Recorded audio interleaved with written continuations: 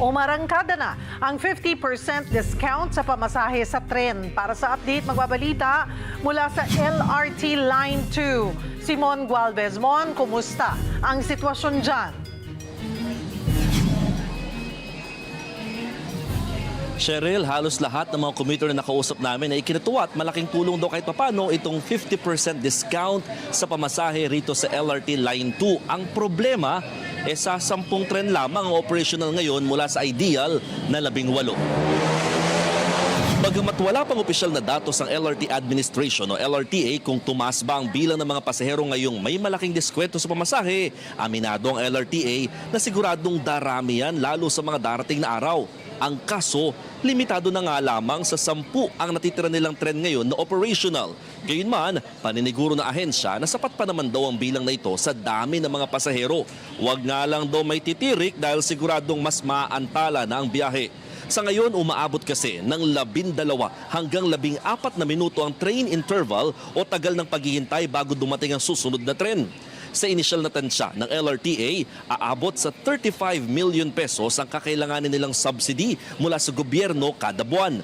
Yan ay para mapunan ang nawalang kita mula sa diniskwento sa mga mananakay bilang tulong ng pamahalaan sa taas nga ng presyo ng petrolyo. Kasabay nito, maraming commuter naman ang ikinatuwa ang kalahating discount. Ang dati kasing 35 pesos na pamasahe para sa end-to-end point na recto hanggang Antipolo stations, ngayon 18 pesos na lamang. Bagamat until further notice o wala pang opisyal na abiso kung hanggang kailan ito ipatutupad, hiling lang ng commuters, tuloy-tuloy pa sanang mapakinabangan ang tulong na ito ng pamahalaan. Narito ang ilang pahayag ng mga nakausap namin. I hope sana magtagal pa talaga para at least makatipid din, mabawasan yung gastos. At least nagagamit ko yung 20 pesos sa ibang pagkain, dagdag pagkain, ganun. Sana tuloy-tuloy. Bakit? Para matagal pa yung trabaho namin, nakakamenos. Sana tuloy-tuloy, wag dingas pugos. Ganun nga.